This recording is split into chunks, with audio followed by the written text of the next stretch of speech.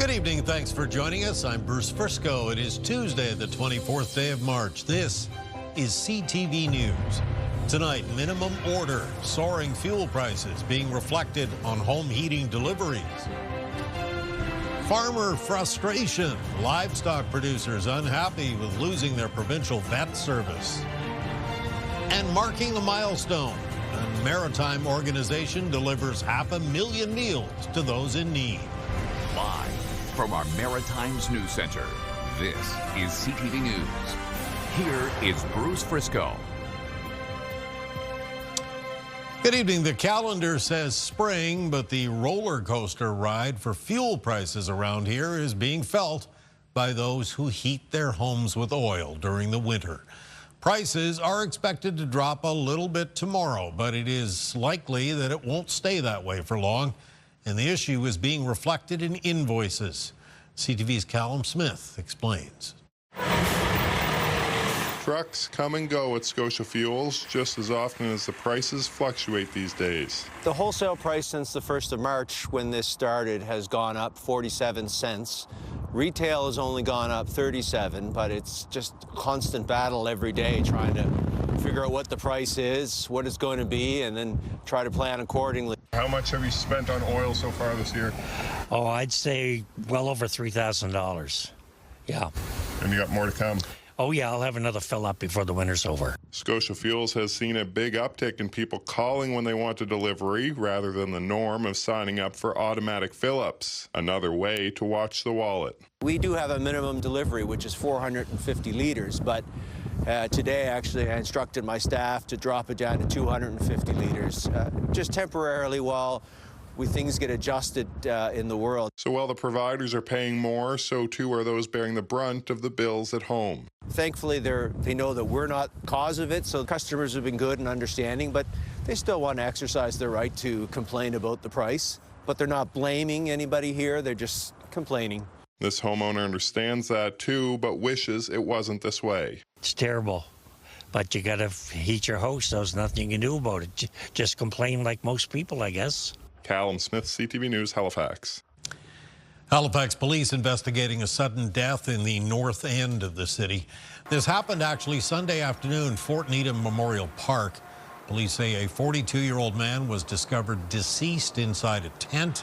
While the death is not considered suspicious, the Nova Scotia Medical Examiner is investigating the cause. A brief court appearance in Moncton today for a man who's charged in connection with a murder that shocked the community. The body of 39-year-old Melissa Price was found in a garbage bin back on February 15th. Joshua Martin was charged last week with accessory after the fact, and he made a court appearance today on an unrelated matter. The man who discovered the victim's body tells CTV News he's relieved arrests have been made in the case.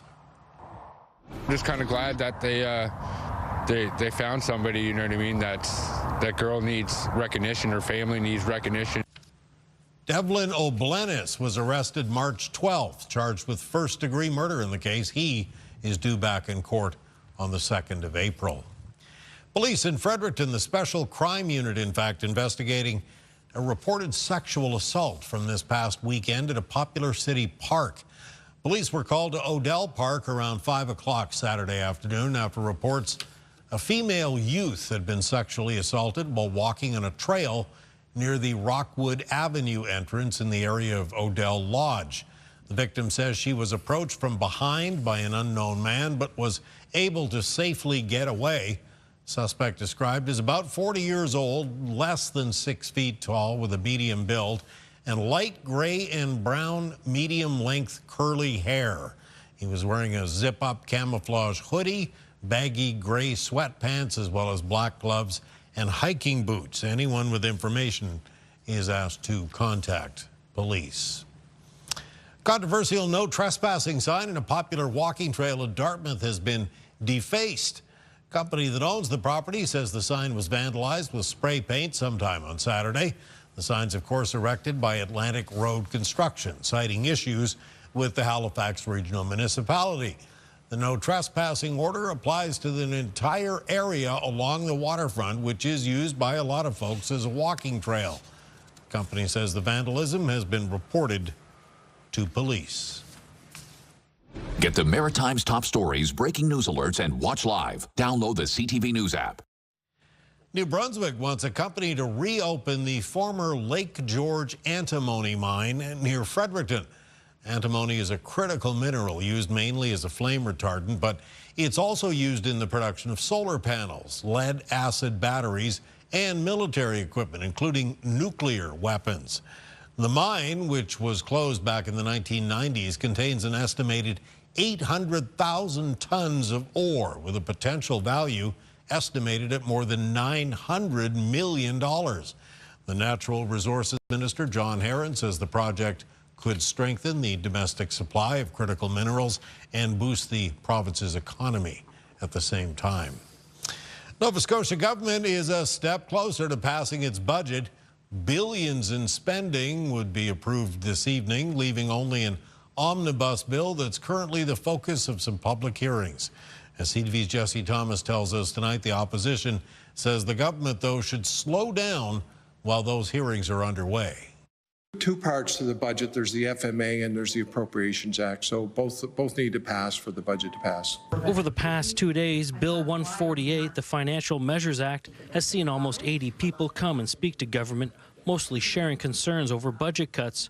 Although the cuts are found at the departmental level within the Appropriations Act, the public is being given the chance to speak to the cuts during the Bill 148 briefing. Opposition argue once the Appropriation Act moves forward, much of the spending concerns raised at these public hearings will have little to no impact. If the appropriations passes while the Premier is in Texas in the middle of the night, when we're in the middle of public bills, then Nova Scotians are going to be even more upset than they are right now. Opposition argue Premier Tim Houston should be in the House to vote on the Appropriation Act. The Premier, who is also the Energy Minister, is attending an energy conference in Houston, Texas. He's where he needs to be right now. He'll be back as soon as he can. I understand he plans to be back on Friday. The PC party says Houston will be at the legislature to vote on the final bill and fully pass the budget later. Jesse Thomas, CTV News, Halifax. Atlantic Canada's largest cities grew faster than the national average over the last year, mainly because of immigration. A new report shows 6 cities in the region saw average growth of 1.7% between 2024 and 2025. That's nearly double the national rate of 0.9%, with Moncton leading the way at 3%. Halifax and Fredericton tied at 1.6%. Nova Scotia capital does remain the biggest city in the region with 545,000 people. Fredericton has about 125,000, by the way. St. John saw the slowest growth, 1.1%, as immigration levels there eased. Well, after a long, hard winter, the last thing anybody wanted this first week of spring was snow, but of course that's what they got in Cape Breton today. As usual, the end result was closures, cancellations, and delays. Here's CTV's Ryan McDonald. Are we sick of this? Yes, we are. Why? It's too much snow. Too hard on me. A section of the South Bar Highway just outside of New Waterford was closed to traffic this morning as crews repaired damage to power poles. Well, I think spring is only a date on a calendar based upon the weather forecast and the conditions that we've seen over the past few days. Across the water in North Sydney, the parking lot of the Newfoundland Ferry looked more like a traffic jam, with commercial trucks backed up significantly after crossings were cancelled last night and this morning. Unfortunately, right now, we've got approximately 300 commercial units that are in North Sydney trying to get to Newfoundland. Well, we were scheduled to fly out this afternoon, and that didn't happen. Speaking of trying to get to the Rock, the Cape Breton Eagles team flight for their Quebec Maritimes Junior Hockey League first-round playoff series against the Newfoundland Regiment was postponed shortly before takeoff this afternoon. Well, when you're flying somewhere, it's the weather here or the weather there. So while it does look somewhat wintry on the ground in Cape Breton, it's more the weather in St. John's that I understand that's the problem. Back in Cape Breton, classes were canceled again in the Cape Breton Victoria Regional Centre for Education. By midday, though, the sun came out just in time for some people to clean up for what they hope is the final time till next winter. I think people in Cape Breton and Newfoundland know that late March is neither spring nor winter. It's its own thing. We wake up one day, it could be one, it could be the other, and I guess we're feeling the winter right now. Ryan McDonald, CTV News. A spectacle for the eye and the ear in downtown Halifax tonight. The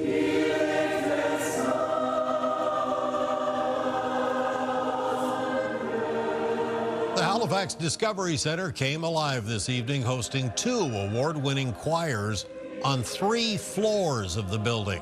More than 100 singers and instrumentalists transforming the space into an immersive, building-wide experience. The whole thing appropriately called Reverb. We were able to partner with the Discovery Center, and we have a strong mandate for education outreach. We want to bridge sort of the gap that sometimes exists between different community spaces, and this is an opportunity for this space to be filled with the sound of 110 really incredible artists, and we're so excited to be able to share this music and have these 2 choirs coming together, and to really be able to make sure people hear how important collective singing is in this community. Audience capacity for the event was said to be only 250 people, and it seemed to be very close to a sellout when we were there. A nice way to kick off the new season. Okay, speaking of the new season, still to come tonight, Kaylin's full forecast, and we'll examine a new policy in Ontario that bars people from buying and then reselling concert or event tickets for big profits. Coming up next, though, frustration on the farm. We already have a shortage of large animal vets, and this will make things worse. Growing anger over the elimination of a provincial livestock veterinarian program. The latest on that when we come back.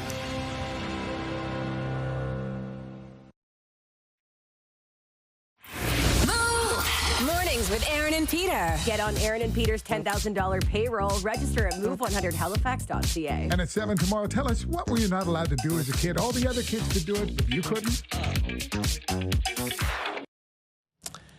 The farm was once again the focus in the New Brunswick legislature today, specifically cuts to public veterinary services as outlined in last week's budget. CTV's Nick Moore has the latest on the growing questions and concerns. The New Brunswick government's decision to move provincial veterinary field and lab services to the private sector is being rushed without consultation, according to the official opposition. We already have a shortage of large animal vets, and this will make things worse. The Progressive Conservatives spent much of today's question period hammering the decision revealed in last week's Liberal budget. Turning the service from public to private is supposed to save the provincial government $5 million in 2026-27. The lab is not being closed tomorrow. We're going to work on a very good transition plan to make sure that the service, there's a seamless continuance of service. Minister of Agriculture, Aquaculture and Fisheries, Pat Finnegan, says the province will work with veterinarians to start their own practices or join private clinics. We're working on this to transition this to a model where those services will be available in the private sector, but make sure that it is fully accredited. Interim PC leader Glenn Savoy says it is all wishful thinking. This government is trying to make New Brunswickers believe that all provincial vets are going to simply switch over to the private sector. Do they think vets can do the same work they do today while doing all the administrative, logistical, and financial work needed to get a business off the ground? Today, the New Brunswick SPCA issued a statement saying it was concerned the changes could affect the agency's ability to effectively carry out animal protection investigations, and that it was looking for a one-on-one meeting with the provincial government. The switch from public to private services is supposed to take place over the next 3 fiscal years. Nick Moore, CTV News, Fredericton. Thank you, Nick. We will step aside for a quick little minute here, but stay with us when we return. It's your complete maritime weather forecast from Kaylin Mitchell.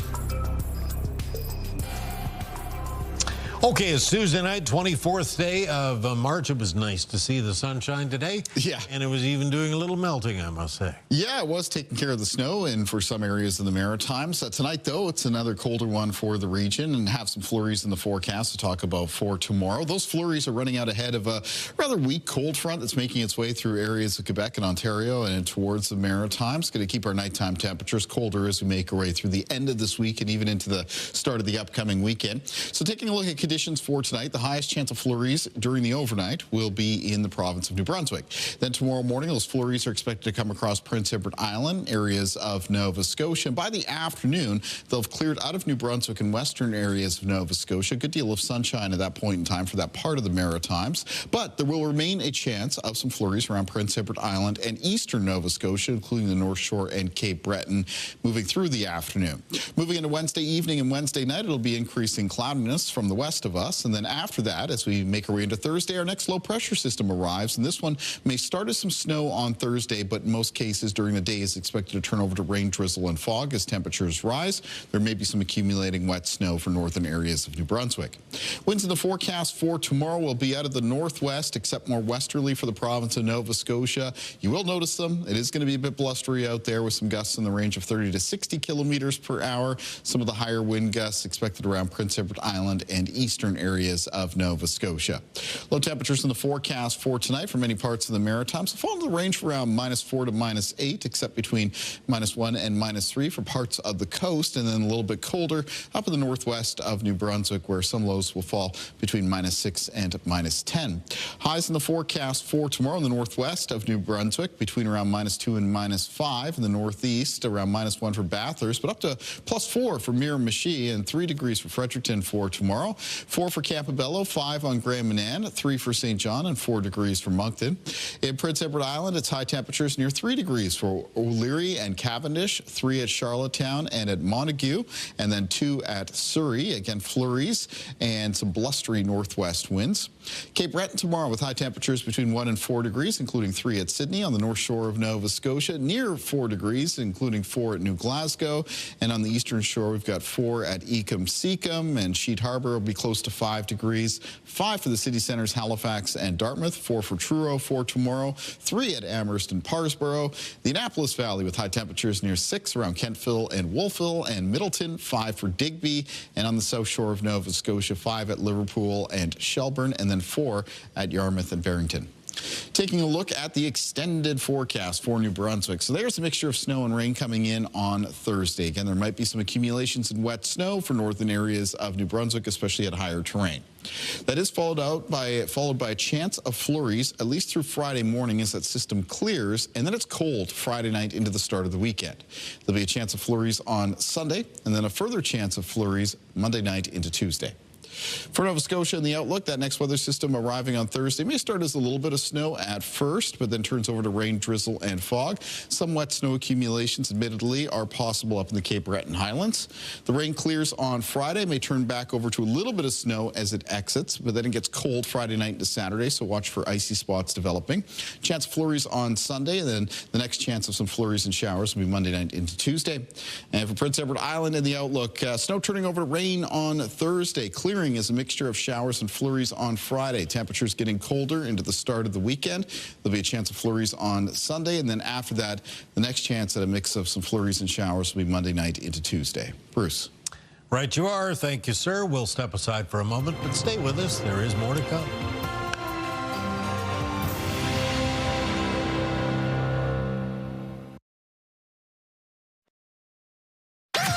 The #1 morning show in Halifax. Turk, Megan, and Amateur Alex. And home to the biggest artists.